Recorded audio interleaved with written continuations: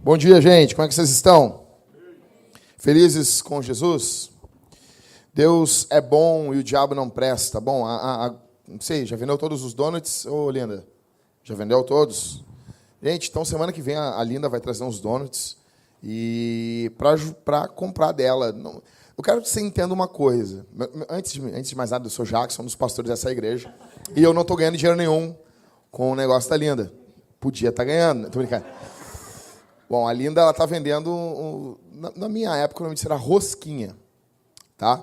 Uns donuts, só que dela tem um caramelo, tem um negócio ali, sabe? E como a gente não tem aqui em Porto Alegre a loja gringa, você vai comprar da Linda. A Linda vai trazer semana que vem. Mas eu quero que tu entenda, assim, não está fazendo isso para ajudar. Ah, eu vou ajudar. Não, tu está comprando. Tu está ajudando o teu paladar, ajudando a engordar. Farinha branca, a gente precisa disso. É pouca farinha branca, né, Linda? E daí tava comendo ali, a Linda me deu um ali, tava comendo. E eu tava, como é bom isso aqui, né? Como traz uma calma, comer uma farinha branca, assim, traz uma alegria na alma. Faz bem, né, cara? Uma alegria, uma saciedade. Eu me lembro quando eu era criança, meus tios compravam pirulito para todas as crianças, todas elas. E daí eu pegava o pirulito, as crianças tudo chupando de boas o pirulito ali. E eu... A minha mãe conta que tá todo mundo assim... Tava com o pirulito, ainda assim, chupando de boas, e eu tava com um pauzinho, tipo, me vê outro aí. Tá ligado? Desde pequeno. Isso é ansiedade. Isso é ansiedade. Não sei se talvez seja só eu que sofra de vez em quando disso, mas a gente vê reflexos da ansiedade na vida, no dia a dia. O sujeito tá andando de carro, e daí ele tá andando e fica ansioso com o tempo da sinaleira. Já foram ali em Canoas? A sinaleira de Canoas, ela demora 15 anos para abrir. Porque é uma sinaleira de 3 tempos. Então é um troço que vai abrir para um, daí depois abre para o outro, aí depois abre para o outro. Aí abre para ti bem rapidinho, assim. E aí tu perdeu, puxa, perdi. Andou 3 carros ali, um estava no Facebook, demorou para arrancar, e tu ralou. Vai esperar mais 15 minutos. Já notaram isso? Quem vai visitar o Cauê vai parar ali na Boqueirão, aquela rua ali, amor, que tem o posto ali. Tem o posto ali, a Boqueirão, tu vai ficar... Cara, tu vai morar naquela sinaleira ali. E a Thalita tem um primo, uma vez nós saímos com ele, e ele estava andando pela Ipiranga, e ele tinha dado, assim, umas 5 sinaleiras, ele pegou lá a sinaleira fechada. E ele... na 6ª sinaleira, né, amor? Ele vinha, não, eu não vou parar. E passou. Eu disse, meu Deus, o que é isso? O cara passou assim... Tipo, na cabeça dele, ele não achava justo o universo ter conspirado contra ele e ter feito com que 6 sinaleiras ficassem fechadas para ele. E ele achava que na 6ª, Mateus, as pessoas tinham a obrigação de saber. Não, peraí, esse cara pegou 5 sinaleiras fechadas. Pode passar aqui, seu Diego. Te lembra, amor? E quando ele foi indo assim, ele nem olhou. Não, essa eu não quero saber. Louco. E eu tava ali do meu lado, do lado que vinham os carros indo. Sabe a cara assim, de cara de acidente? Sabe a cara de acidente? Nunca viram? Nunca viram. Cara de acidente, se vai acontecer um acidente, tu faz... Entendeu? Normalmente é a cara feita antes de morrer. Daí o cara tá lá no caixão assim. Entendeu? Foi terrível, cara. Por que ele fez isso? Impaciência. Eu não sei se vocês são impacientes na sinaleira, quem dirige. O Mateus é óbvio que não é. Fila do McDonald's. Como é que vocês são? Como é que vocês se portam na fila do McDonald's? Isso aqui é um fast... Uma mulher gritava assim, isso aqui é um fast food. Vocês são os mentirosos. Comida rápida. Vocês têm que entregar a comida. O negócio demorava um tempão, cara. E agora os caras falam espanhol ainda, te atendendo falando espanhol. Nada contra, eu fico feliz com as pessoas falando espanhol. Elas são recebidas bem, os imigrantes são recebidos bem aqui. Só que não adianta. McDonald's agora, tu vai lá comer, tu tem que chegar às 11 para poder almoçar. Porque demora se você ficar pronto. Antigamente era rápido. Os caras ficavam fazendo. Agora tem muita variedade. Então eles não ficam fazendo. Tu quer comer um negócio rápido, pega o Big Mac. Porque isso eles ficam fazendo a toda hora. Ou aquele baratíssimo, lá, aquele barato lá, que é aquele de 8 pila, o do dia. Aí, assim, agora, se quiser comer um outro bagulho, vai demorar, meu. Vai demorar. Não sei como é que vocês são na fila da comida, gente que se perturba na fila da comida. O John Piper disse que isso é gula. O cara tá desesperado, tá brabo por causa da comida. Vocês são assim? Você é assim, Ismael? Nervoso? Muito. Quando vocês saem com a esposa de vocês para comprar roupa. Cara, minha esposa saiu com a Thalita. Desculpa, meu amor, eu preciso falar isso aqui. A gente saiu junto uma vez. Não faz muito tempo, não. Eu fiquei 4 horas sentado numa escada, triste, desanimado. Cara, mas a gente tem que amar nossa esposa, né? Não pode, ela tem esse direito. Ou então vai se arrumar para sair. Sempre tem que fazer mais um negócio. E ainda vai se maquiando no carro, não é assim? As mulheres de vocês não vão se maquiando no carro? E daí dá uma pintada no olho, assim. Se chegar rápido, chega com o olho pintado, parecendo um panda, e o outro olho bem pequenininho, assim. Não é assim com vocês? E isso vai dando nervoso. Eu já quero ensinar os homens a fazer uma tática que eu aprendi. Eu não falo mais, não discuto mais. Ah, tá se arrumando? Eu pego, deixo a chave na porta de casa e sento no carro, já fico parado ali, o carro ligado, assim. Aí, de vez em quando, assim, uma buzina toca sem querer, sabe? É um desespero. Por quê? Impaciência. Vocês também sofrem de impaciência ou só eu aqui? Alguém aqui impaciente? Não, tudo paciente. O marido tu é paciente, né, Guilherme? Mas tá louco, Guilherme dirige que nem uma moça, né, Guilherme? Né? 180. E daí, imagina, como é que vocês são? Paciente? Como é que tu é, Marcos? Paciente? Olha aí. Vocês são pacientes? João, tu é calmo dirigindo, né, João? Muito calmo, né? A paz na alma, assim, né? Parece o Pateta. Sabe quando o Pateta, aquele desenho do Pateta, que ele pega o carro para dirigir, ele pega o carro desesperado. Só que Jesus sabia que a gente ia passar por causa disso, por esses problemas, por essas coisas. E a gente vai ficar hoje num texto bíblico que fala sobre paciência. Tá? Não é o joguinho do computador, mas é um texto bíblico. Em Tiago, capítulo 5. Tiago é depois de Hebreus. É barbada de achar. É barbado. Hebreus é uma carta grande.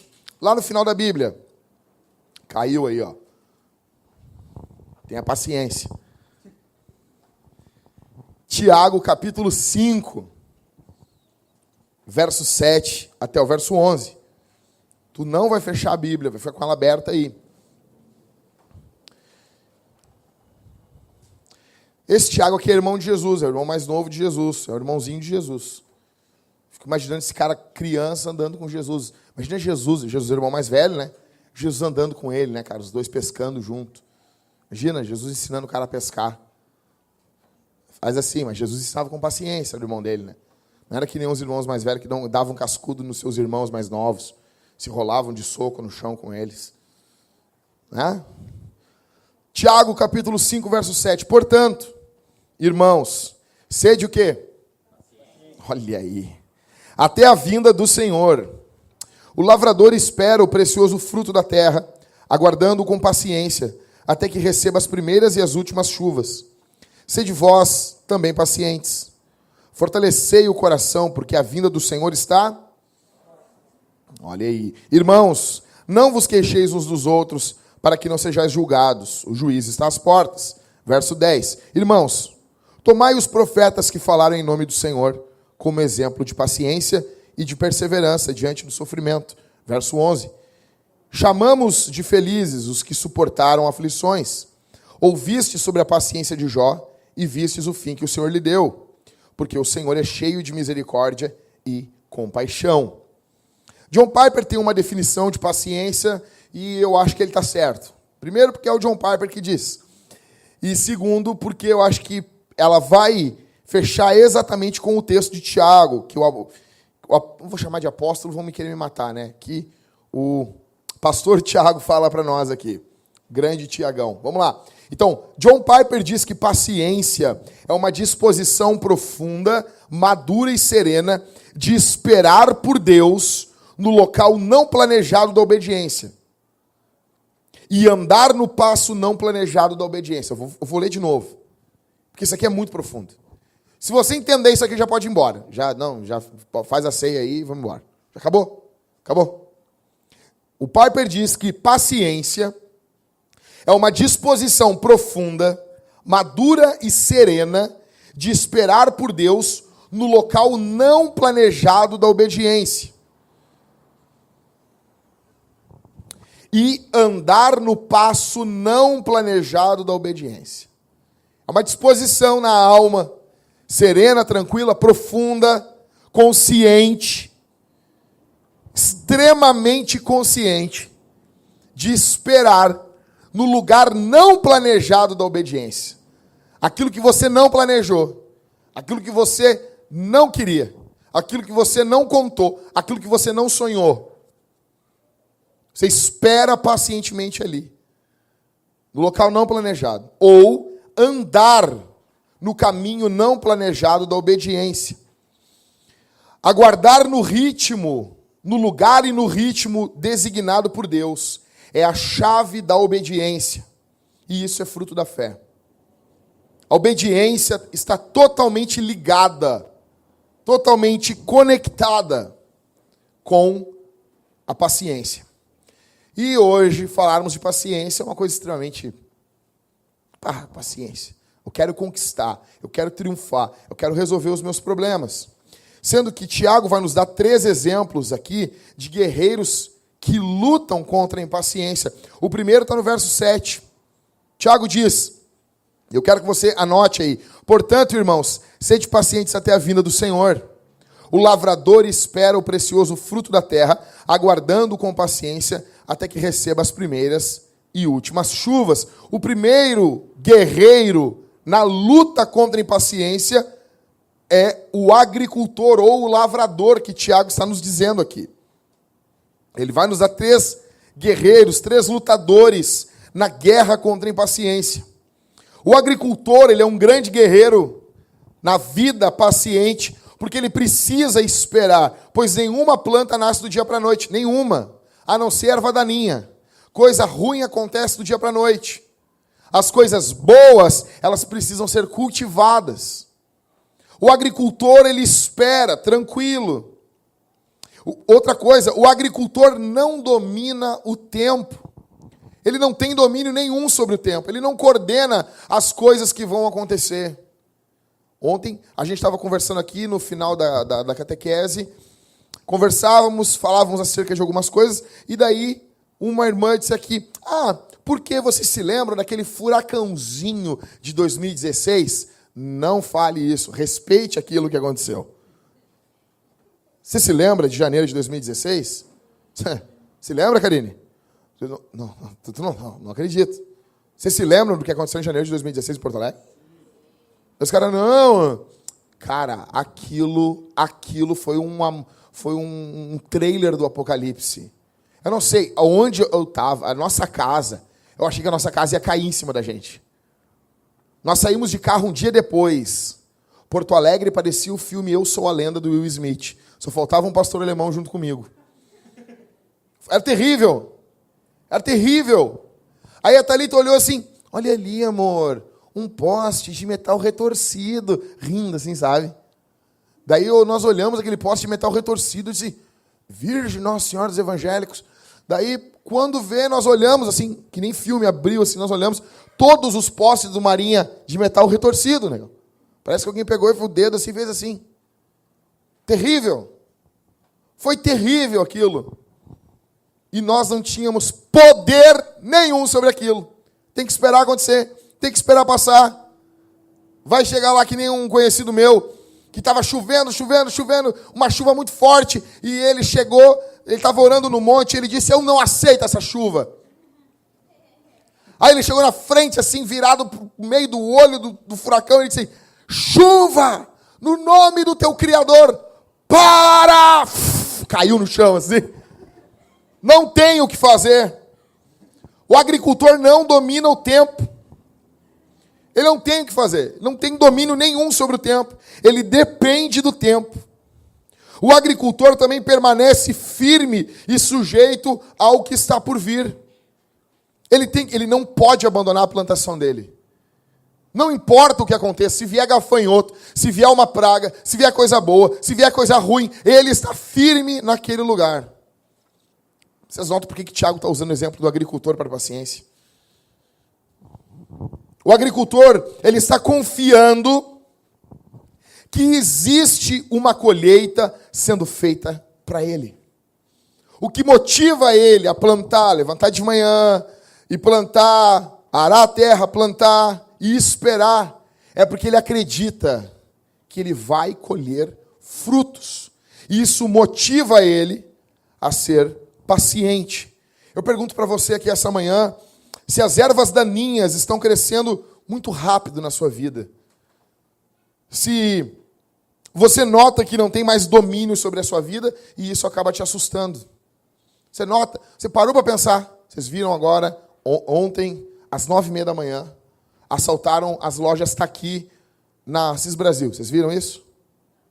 Mataram um policial ali, aqui. Nós já estivemos ali, amor, na Assis Brasil. Os caras invadiram, começaram a roubar todo mundo, e nisso ele chega com a esposa e com o filhinho. E quando ele está tentando tirar a criança da cadeirinha do banco de trás, o cara mata ele. Assim. Nós não temos domínio nenhum. Isso te assusta, isso deixa você nervoso.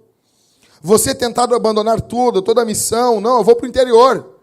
Eu vou morar no interior, porque isso aqui não é para mim. Você duvida que Deus, dessa situação que você vive, ultimamente de angústia, tristeza, Deus pode tirar algo bom disso aí para você? Você duvida disso?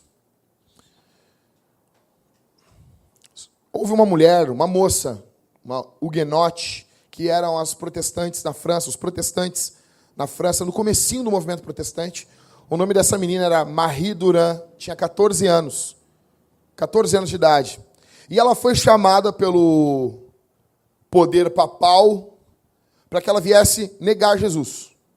Negar Jesus. Ela deveria dizer apenas uma palavra: renuncio. Só tinha que dizer isso. Só isso. Ela e mais 30 mulheres, eram 31 mulheres. Ela tinha 14 anos apenas. O biógrafo diz que ela era uma menina muito bonita. Com certeza iria casar, iria ter filhos. Com 14 anos. Então, ela escreveu na cela, e tem até hoje isso lá, a palavra, em vez de dizer renuncio, ela escreveu a palavra resisto. Ela ficou presa durante 38 anos. 38 anos. Sem acontecer nada novo. Sem ter nada de espetacular em sua vida. Manhã após manhã, noite após noite, verão após verão, inverno após inverno, perdeu a juventude, a idade madura passou, a velhice chegou, e ainda assim, aquela menina, que se tornou uma mulher na prisão, perseverou e não disse a palavra renuncio. O que faz essa menina dedicar sua vida a morrer na prisão? O que motiva isso? Isso só acontece com base na confiança, na certeza de que Deus tem algo melhor para ela. Ainda que não seja nessa vida, o que Deus tem é melhor. O que Deus tem é melhor. As situações externas dizem uma coisa, mas eu sei que o que Deus tem é melhor. Porque a palavra de Deus constantemente é provada pelas situações externas. As situações externas constantemente lutam contra a palavra de Deus. E essa menina fica firme a Jesus dentro da prisão por 38 108 anos.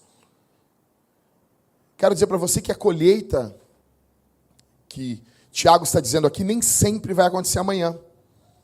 Nem sempre vai... eu estava passando problemas terríveis na minha vida, uma provação terrível, e Deus me abençoou, e agora eu canto sabor de mel. Não. Às vezes a porta não vai abrir, às vezes a chuva não vai descer, às vezes as coisas não vão acontecer, mas certeza nós temos que o nosso Senhor tem o melhor para nós. E isso não está preso a essa vida. Então, em primeiro lugar, lembre-se dos agricultores, dos lavradores. Segundo, Tiago vai dar um exemplo para nós no verso 10. Irmãos, tomai os profetas que falaram em nome do Senhor como exemplo de paciência e de perseverança diante do sofrimento. Então, o contexto aqui é sofrimento, o contexto é choro, o contexto é lágrima. E a palavra de Deus não só nos consola, mas também nos confronta a confrontarmos e lutarmos contra o sofrimento com base na paciência e não na impaciência. E o segundo exemplo que Tiago está dando no verso 10 são o exemplo dos profetas. Os profetas são marcados na Bíblia por terem paciência em fazer a vontade de Deus e ainda assim sofrer. Fez tudo certo, fez tudo bonito, fez tudo correto e mesmo assim sofreu. Nós vivemos em uma sociedade meritocrática. Nós fazemos as coisas com base na meritocracia. E, de certa forma, isso não é ruim. Fez certo, ganhou. Não fez, não ganhou. Eu me lembro, como se fosse hoje, quando eu era criança. Minha mãe vendia suco de laranja. Eu fazia 5 litros. Isso, para mim, a idade, tinha 7, 8 anos. Os cambitinhos nos braços, assim. Para fazer aquele suco, era difícil. 5 litros de suco. Fazia todos os dias. Fazia, às vezes, bolo para minha mãe. Ajudava minha mãe a fazer bolo para vender. E a minha mãe tinha uma frase que ela dizia assim: tu não faz mais do que tua obrigação. Dava uma alegria na alma, assim, sabe? Dava um prazer ouvir isso. Meus colegas, às vezes, tiravam o cara tirava 7. 7. Não vem com esse papo de A, B. Não existe. Nota é com número. Nota de prova é com número. 1, 2, 3, 4, 5, 6, 7, 8, 9, 10. Os negros botam letra em nota. Eu tirei um B-. Morre, demônio. Os caras tiravam 7. Negão, eu sempre fui o melhor aluno da turma. Tirava 10, 9,5, 9,5, 9,5, 9,5, 10, 10, 10, 10, 10, 9,5. Chegava em casa todo feliz, minha mãe dizia assim: não fez mais do que tua obrigação. Quando eu estava... ela dizia: tu é normal. Inspirador, assim. Uma vez a minha professora Ana Lúcia, na 4ª série, chamou minha mãe lá, diante de todas as professoras, e ela disse a seguinte frase para minha mãe: Isabel, nós tínhamos que te pagar pelo teu filho estudar aqui na colégio. Eu disse exatamente isso. E eu disse: hoje é meu dia. Chegou em casa, minha mãe disse: sim, tu é normal. Tu é comum. Mas ele diz aí: eu sou comum. Bem assim, eu sou comum. Sim. Assim. Por quê? A gente faz uma coisa correta, a gente quer ter um prêmio. É ou não é? Se eu vou fazer um negócio lá em casa, eu não faço. Eu vou fazer um negócio, a Thalita vai me... é hoje. Porque a gente é meritocrático. A questão é que os profetas que Tiago está falando aqui não era assim. Eles faziam tudo certo. Deus chama os caras. Deus chamou fulano. Vai lá e faz tal coisa. E o cara vai e se ferra. Imagina. Capítulo 16 de Atos. Deus chama Paulo. Paulo, não é o seguinte, vem pregar aqui em Filipos. E Paulo vai. Daí os caras pegam o Paulo e cagam a pau com umas varas lá. Quase matam de bater nele. Mas eu não estava aqui. Fui preso. É isso que a Bíblia está falando aqui. Paciência em fazer a vontade de Deus e ainda assim sofrer. Os profetas também nos ensinam que Deus não está longe de nós quando sofremos em amor a Ele. Deus não está longe de você. Deus está presente. A vontade de Deus, escute isso aqui. A vontade de Deus pode nos conduzir a situações perigosas, mas nunca a situações distantes de sua graça. Deus nunca vai conduzir você por um caminho que você fique privado da graça de Deus. que você fique privado do amor de Deus, que você fique privado do consolo de Deus. Por isso que Tiago pode dizer para nós termos paciência. Na leitura anual, quando você se deparar com os profetas sofrendo, sendo maltratados, você precisa se lembrar que isso foi escrito para você. Ou seja, está lendo lá, aí quando vê, me diz vamos lá, todo mundo está lendo a Bíblia aí? Me diz um homem de Deus que sofre. Primeiro aqui, Jeremias, mas um cara que sofre muito para mim na Bíblia. 3 caras, vamos lá. Jó, mas é que Jó é o próximo ponto, esquece aí por enquanto. Jó, segura aí, senão tu vai acabar. Davi, provavelmente é o maior sofredor da Bíblia depois de Jesus. Ah, sério, assim, lê Salmos, aí tu vai entender. Davi é o cara que mais sofreu na Bíblia, provavelmente depois de Jesus. Outro cara que sofre muito é Moisés. O tempo todo os caras querem apedrejar ele. Nota, lendo Moisés, ele está em Números lá em casa, lá. E daí quando vê os caras, não, os Coré, Dotã e Abirão. Cara louco. Não, Moisés. Não, tá pensando o quê? Porque eles vão separar a função das tribos, tu faz isso, tu carrega isso, tu faz isso. Os caras enlouquecem com Moisés. Como assim? A nossa função é só isso aqui? Não, Moisés, tá achando que tu é o quê? Tu é o bonzão? O Senhor também fala por nosso intermédio. Eu estou lendo ontem com a Thalita isso aí. E os caras murmurando. Então começaram a murmurar contra Moisés. E vieram, quem tu pensa que é? Chega, Moisés. Bem assim. Então Moisés ouviu as palavras, se curvou com o rosto em terra. E eu disse, Thalita. Na hora eu falei assim, tu não mexe com um cara que faz um negócio desse. Tu não briga com um cara que ora. Tu não briga com esses caras.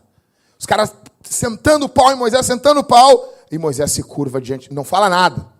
Se é o Jacques já saímos. Não, o que tu tá pensando, rapaz, bem louco? Mas é Moisés. Moisés, ele ouve as críticas, ele já dobra o joelho e enfia o rosto no chão. Eu disse, tá louco. Se eu xingo um cara e o cara faz isso na minha frente, eu já, ô Senhor, desculpa aí. Ora por mim aí. E os caras, daí Moisés vai lá. Se Deus está comigo, o chão vai abrir, abriu. Engoliu os caras tudo. Engoliu os caras e fechou por cima. No outro dia de manhã, os caras, loucos ainda contra Moisés. Tu matou os caras. Esses caras são loucos, eu falei para a Thalita. Fazendo a vontade de Deus e sendo perseguido. Toda vez que você passar, você lê Jeremias. Jeremias era acusado de ser um traidor. Tipo assim, não, esse cara, ele está profetizando a favor da Babilônia, para nós nos entregarmos. São 23 ou 24 anos profetizando e sendo tratado que nem um bicho. Quando você pegar e ver esse tipo de coisa, quando você vê esse tipo de coisa acontecendo, você precisa lembrar, isso foi escrito para mim. Sem noção isso. Chegou assim, tá lendo Números. Quando tu vê aquilo ali, isso foi escrito para você. É para você. Antropocentrismo, sim, destinatário o destinatário escriturístico é antropocêntrico. A Bíblia, ela é a palavra de Deus, mas ela é para os homens. Foi escrito para você. Romanos 15:4 diz: porque tudo que foi escrito no passado foi escrito para nossa instrução, para que tenhamos esperança por meio da perseverança e do ânimo que provém das Escrituras. Tudo que foi escrito para nossa edificação, para nós, para termos ânimo ao lermos as Escrituras. Você já fez algo certo e se ferrou mesmo assim? Você já fez algo e pensava que Deus está... Não, Deus está longe, Deus não está comigo. Eu estou passando por tanto sofrimento, Deus não pode estar... Deus, jamais.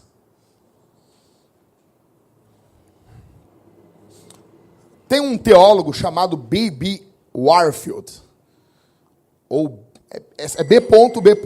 Warfield, isso aí, gente, deixa copo de vidro aí no chão, depois bota em cima da cadeira e senta em cima e morre. Warfield, esse teólogo ensinou no seminário de Princeton. O cara não é fraco não é nós aqui que grava um vídeo pro YouTube, entendeu? Cheio de erro de português e erro teológico. Não. Esse cara ensinava no seminário de Princeton. Ele ensinou nesse seminário por 30 anos. Ele morreu em 1921. Escuta só. O que a maior parte das pessoas não sabem é que em 1876 ele se casou com uma jovem chamada Anne Pierce. Eles casam e na noite do casamento, eles estão viajando, eles vão viajar para a Alemanha em lua de mel, e naquela viagem está tendo uma tormenta muito forte, cai um raio muito próximo deles, e a sua, então, esposa fica paralítica, paralisada.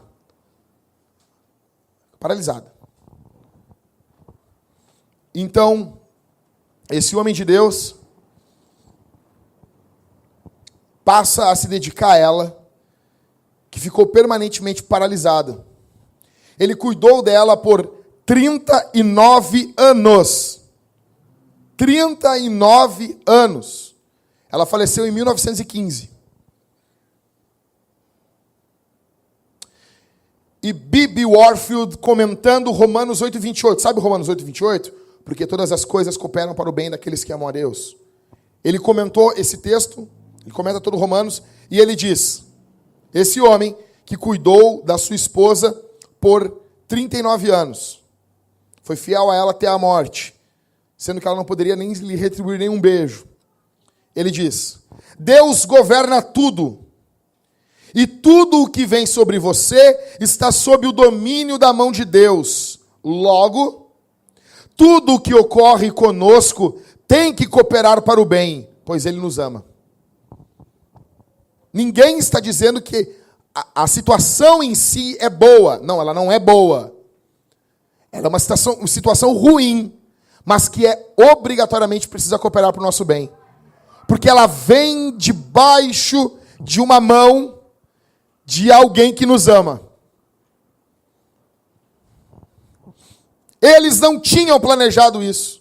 Isso aqui não vinha na lista de presentes do casamento. Eles não tinham sonhado, eles não tinham desejado isso.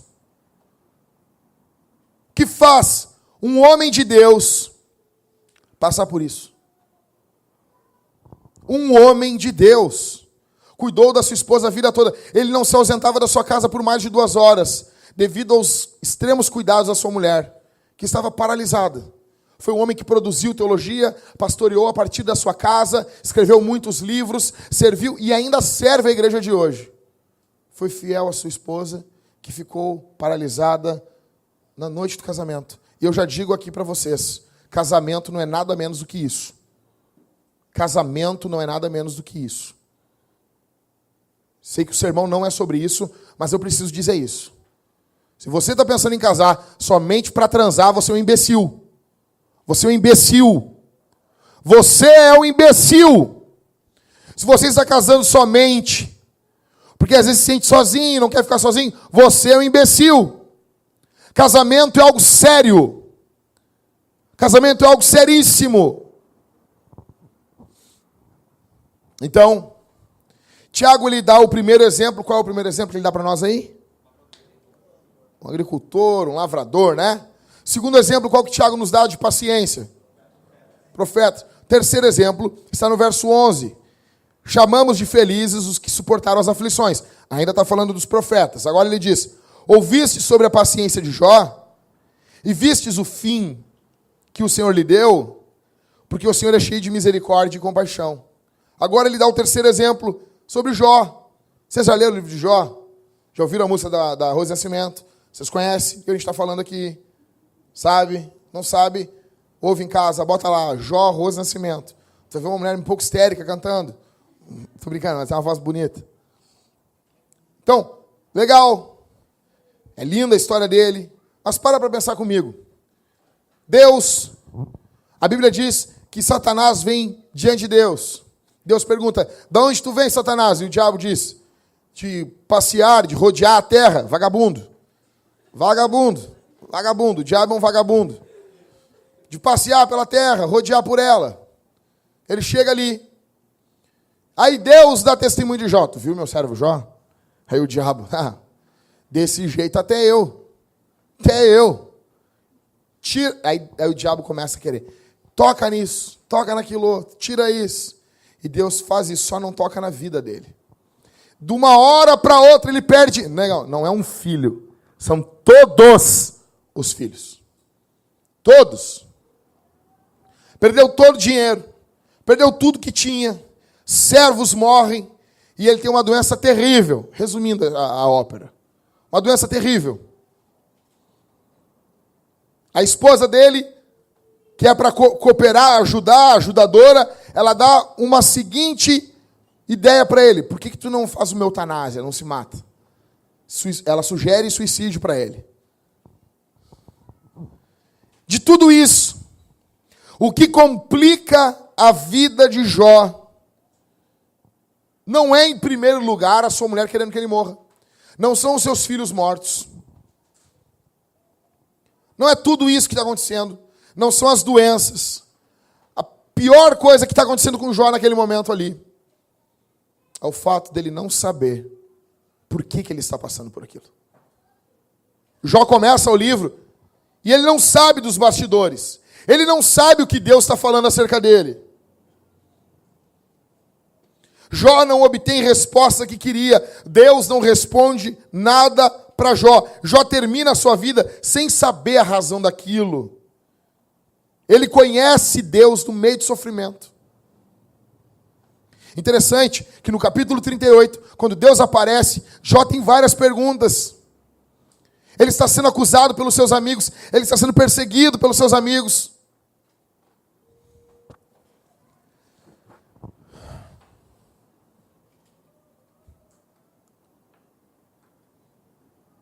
Só que quando Deus aparece, Deus não responde pergunta nenhuma de Jó, porque Deus não tem que se desculpar para a gente. Eu quero dizer uma coisa para você, para todos nós aqui. Deus não vai chegar para nós e pedir desculpa. Deus não vai dizer assim, me desculpa por isso que aconteceu. Ele não vai fazer isso. Ele não te deve desculpa nenhuma.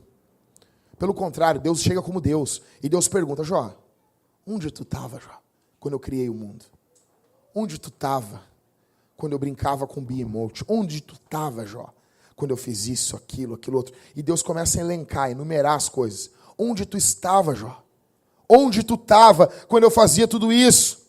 E nessas perguntas, Jó vai contemplando a grandiosidade de Deus.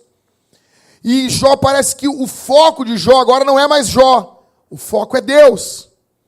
E a grandiosidade de Deus vai aos poucos trazendo consolo para a agonia de Jó.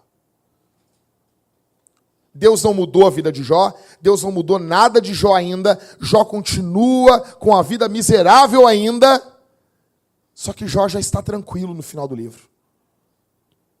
Deus só vai mudar a vida de Jó quando ele ora pelos seus amigos. Ele ainda não orou, ele ainda está com todo o caos em sua vida, só que os olhos de Jó contemplam a grandiosidade de Deus, e é isso que traz sossego na alma, e é isso que traz tranquilidade na alma. Não é simplesmente a transferência de um problema, a retirada de um problema. Às vezes você perde esse problema, mas você continua angustiado, porque você e eu precisamos de uma visão elevada de Deus.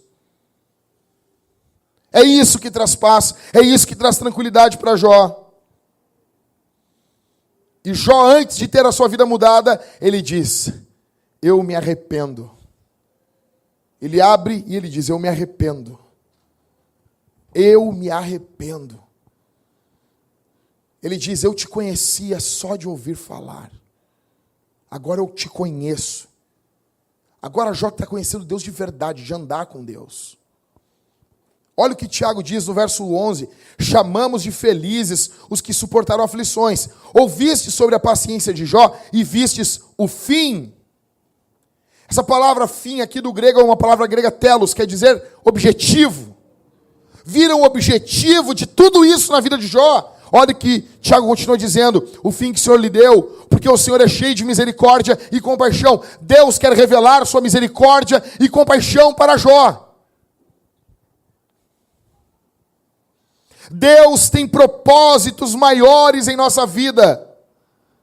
E para isso Deus usa o sofrimento.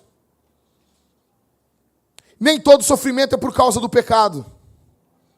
Fica claro também no livro aqui de Jó, que o diabo quer destruir a paciência de Jó. O diabo quer destruir isso.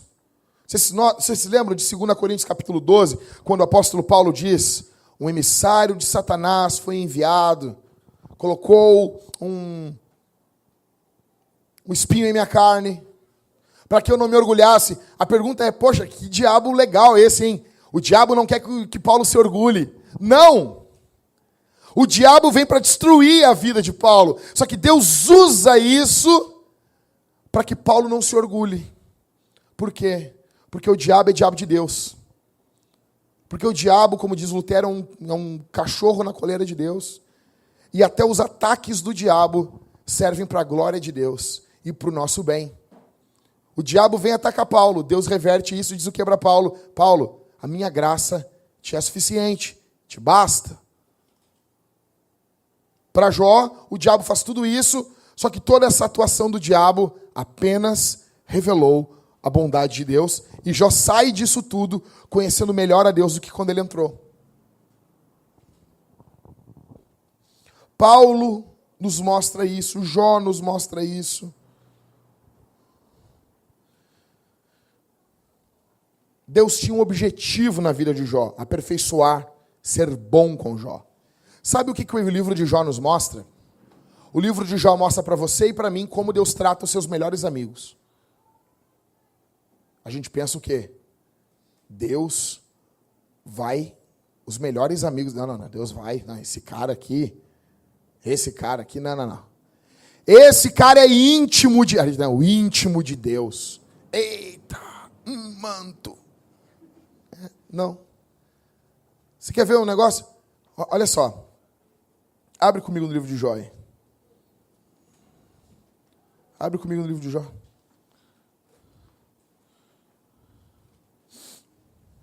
Antes de Salmos.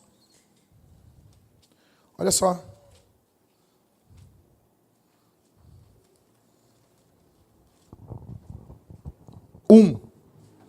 Quem está na 21 é 464 a página. Verso 1 somente. Havia um homem na terra de Uz e seu nome era Jó. Olha como ele era. Ele era um homem íntegro e correto, que temia Deus e se desviava do mal. Olha como que é muitas vezes a vida de um homem reto, de um homem íntegro e que se desvia do mal. Aí toda vez, uma chave para você ler Jó, você vai lendo Jó passa por isso. Aí tu volta para o verso 1 do capítulo 1. Um homem íntegro, reto e que se desvia do mal. Aí tu vai, Jó aconteceu, isso com Jó agora. Aí tu volta para o capítulo 1, verso 1. Um homem reto, íntegro, que teme a Deus e se desvia do mal. E tudo que tu vai lendo, tu volta para o capítulo 1 e verso 1. Tu vai entender como Deus trata, muitas vezes, homens retos, íntegros, que temem a Deus e se desviam do mal. Você não tem certeza nenhuma. Só que no meio disso tudo, isso vai servir para o teu e para o meu bem. Você já passou por crises e não sabia qual a razão disso? Você já passou, já desejou saber a razão dos sofrimentos da sua história? Você já parou e disse assim, eu queria só saber por que eu precisei passar por isso? Por que tanta gente não passou por isso e eu tive que passar? Talvez você nunca saiba. Mas o bom aqui é que você pode saber que existe um Deus que é bondoso. E tudo aquilo que vem sobre a tua vida, seja bom ou seja ruim, se você é crente, se você ama Jesus, isso vai servir para o teu bem. Isso vai servir para o teu bem. Havia um pastor chamado Charles Simeon. Ele pastoreou uma igreja no século XVIII, até um pedaço do século XIX, a Trinity Church. Pastoreou essa igreja durante 54 anos. Ele foi nomeado por um dos bispos da cidade, o pastor dessa igreja, só que ele era odiado pelo povo. Não sei se vocês sabem, século XVIII, século XIX, a teologia liberal, por causa do iluminismo, está efervescendo. Já não se crê na autoridade da Bíblia, já não se fala contra pecado, por isso que Jonathan Edwards é muito perseguido. E esse pastor, Charles Simeon, ele era muito odiado nessa igreja, Trinity Church, que ele assumiu. Simplesmente porque ele acreditava que a Bíblia era a palavra de Deus, chamava o povo ao arrependimento, confrontava o pecado, falava em santidade e em missões. Isso fez o povo odiar ele. Acontece que ele assume a igreja e os membros, a maior parte dos membros, impede ele de pregar nos domingos à tarde. Havia um culto nos domingos à tarde. E domingo pela manhã, eles vão interditar os bancos da igreja. Eram muitas pessoas. E eles não vão deixar que ninguém sente. E todos que vão ouvir os sermões de Charles Simeon, aqueles que querem ouvir os sermões, precisam ficar de pé nos corredores, escorado nas pilastras do templo. E essa perseguição, esse pastor durou 12 anos. Imagina isso. Imagina o ânimo que tu tem para preparar um sermão, para pregar para um povo que está fazendo resistência à tua pessoa. E o biógrafo diz que ele dizia, e por que tu fez isso? E ele dizia assim, porque ao servo do Senhor não convém contender. Confiando na palavra de Deus.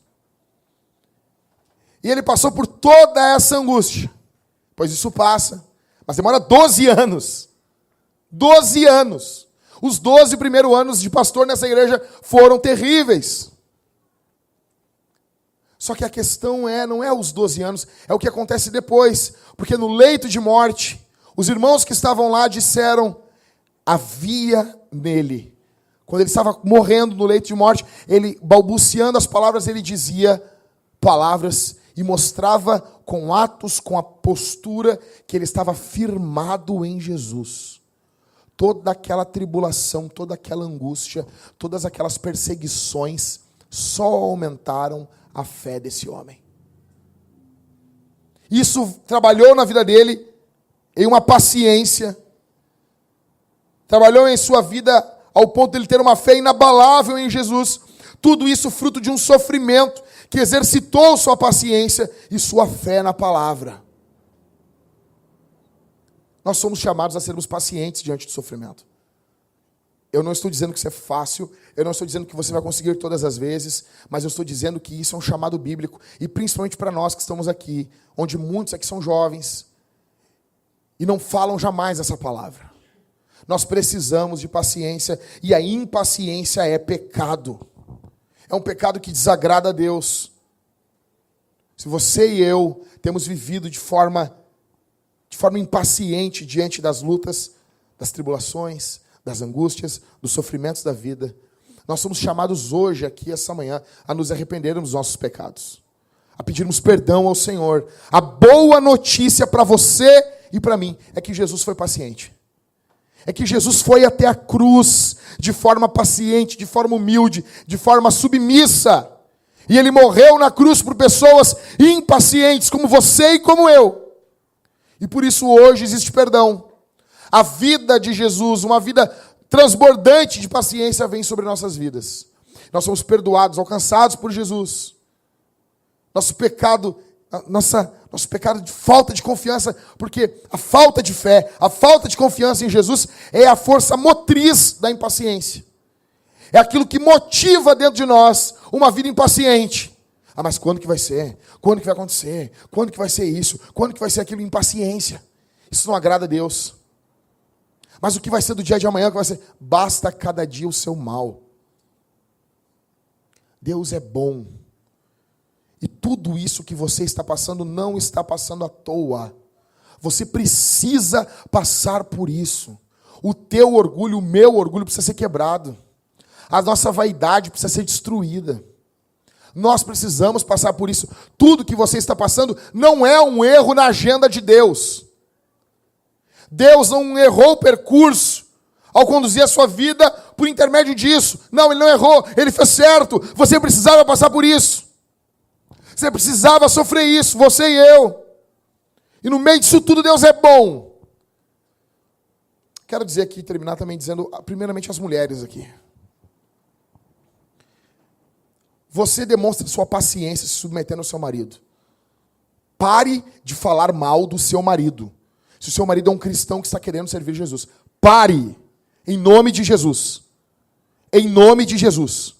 Nós temos uma igreja que nós pegamos muito pesado com os homens. Mas nós não estamos aqui para criar dondocas de Jesus. Deus não tem filhinhas dondocas. Pare de falar mal do seu marido, em nome de Jesus. Em nome de Jesus. Pare de falar mal do seu marido. Tenha paciência. Deus tem paciência contigo. Eu não estou dizendo se você sofre, se teu marido te bate, se teu marido te espanca, se ele te estupra, se ele te trai, e você tem que ter paciência. Não é isso que eu estou dizendo. Não é isso que eu estou dizendo. Eu estou dizendo, se ele é um homem que erra como pessoa normal, mas pastor, ele deixa a toalha molhada em cima da cama, eu também deixo. Mas pastor, sério, os presbíteros também tudo deixam. Mas pastor, ele tomou banho e usou a cueca 2 dias.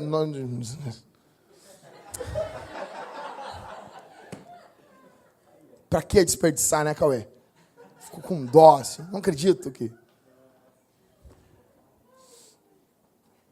Tem um amor, tem um... Mas pastor, eu não pode, pastor. Ele fica... Não dá, pastor. Olha aqui, ó. Olha o que ele fez aqui, pastor. Deixou a pia cheia de barba. Lá em casa também fica. A questão é, pare de falar mal do seu marido. Pare de expor o teu marido. Segundo para os homens aqui. Tenha paciência com a tua mulher. A tua mulher é o vaso mais frágil. Ela requer mais paciência. Ela precisa de nós. Tranquilidade. A tua mulher não vai ter o teu pique. Ela não vai ler como você lê. Ela não vai orar como você ora. Ela tem um outro ritmo. Tenha paciência com a tua mulher. Tenha paciência. O ritmo dela é outro. Em tudo. Quem entendeu, entendeu. Em tudo. O ritmo da mulher é outro. E o cara é afobado. Tenha calma. Tenha calma diante de Deus. Que o Senhor Deus plante paciência dentro dos nossos corações. Você quer saber? Essa semana vai acontecer 1 milhão de coisas na tua vida para a tua paciência ser exercitada. Lembra disso? Lembra disso. Ah, Senhor, me dá paciência. Pega a luta. Pega essa luta aí. Ah, Senhor, me dá paciência. Enche meu coração de paciência. Pega essa desgraça aí. Vamos orar? Vamos orar, fica de pé. O Senhor Deus pode avivar a tua vida por meio de uma mensagem dessa. Você pode sair daqui como um missionário, pregando o Evangelho. Pregando o Evangelho. Não dispersa, gente. Olha para mim aqui. Você pode sair daqui como um missionário, pregando o Evangelho. Quero orar por você. Fecha os olhos, faz favor. Fecha os olhos. Fecha os olhos. Senhor, Pai amado, justo, santo, bondoso, digno, eu peço ao Senhor que tua mão esteja estendida sobre nós. No nome de Jesus. Dá-nos paciência diante das desgraças, angústias da vida. Nós erraremos, pecaremos em atitudes com falta de paciência, mas que o Senhor tenha paciência conosco e nos dê desse atributo, nos ajude a lutarmos em meio ao sofrimento, confiando que das tuas mãos vêm coisas boas para nós, confiando que muitas vezes o dia de amanhã ou a eternidade nos guarda, nos revela, nos revelará e nos apresentará coisas melhores. No nome de Jesus, confiamos no Senhor, confiamos em tudo que o Senhor tem feito e está fazendo para nós, para a glória do nome do Senhor. Por favor, estenda a tua mão sobre nós, no nome bondoso de Jesus. Eu te peço e eu te agradeço.